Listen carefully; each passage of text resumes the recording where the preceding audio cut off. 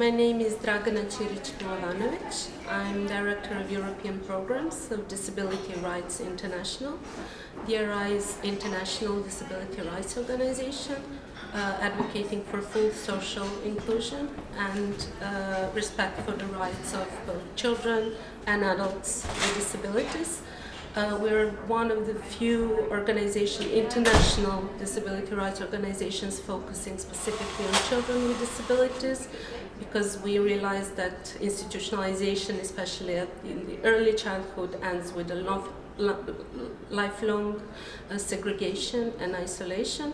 But we are also, of course, looking throughout the whole lifespan and advocate both for the rights of children and adults with disabilities. Thank you so much. First question. The guidelines are an important contribution to the fight for deinstitutionalization. But now that the guidelines have been adopted, does it mean that the fight is over? What should be the next step? Absolutely, the fight is not over. I don't think that fight is ever over. But the guidelines are firstly made as a global document. I think we have to keep that in mind. So and we had consultations, participating people from all over the world through 7 regional consultations which led to the development of the document. So now the first thing we need to do, we have to adapt the text that we have in the guidelines to specific contexts. First, whether it's regional, but then also at the country level. So it's really impossible to have a global instrument that goes into too much details, which means that now we have to use very clear guidance given by the committee to adapt it to specific contexts where it needs to be implemented. Thank you. Despite the ratification of the CRPD and the adoption of the guidelines, we are still witnessing the building of new institutions. So how can we ensure that theory becomes practice? Yes, that's really a good question. And I think that the main problem, and that's something that guidelines did recognize, is that we have same people who used to lead institutions and work institutions get involved in so-called deinstitutionalization process. When then the culture is replicated, the approach is replicated, no matter the size or form of the service that's being created, if it is created by people who used to be part of this segregated system.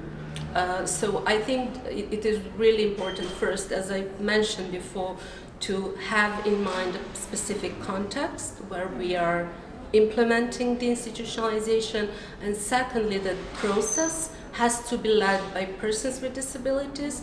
For children with disabilities, these are family-led initiatives of parents of children with disabilities, but there must be an ownership, and they should be ones who bear the change. So investment into associations and organizations of persons with disabilities providing services or participating in the development of services, that's what's really necessary, so we can have what's truly needed and what addresses the needs of both children and adults in the best possible way. I think what's really inspiring and what's unique about the guidelines is that they have first intersectional approach, and they also address specific situation of groups that have been discriminated on multiple levels. And for example, you will have that it recognizes structural racism, it recognizes the situation of indigenous populations, also children and women with disabilities. So it is quite inspiring, comprehensive document that should be and could be real example how different policies and documents can be developed, and how they should take into consideration all differences and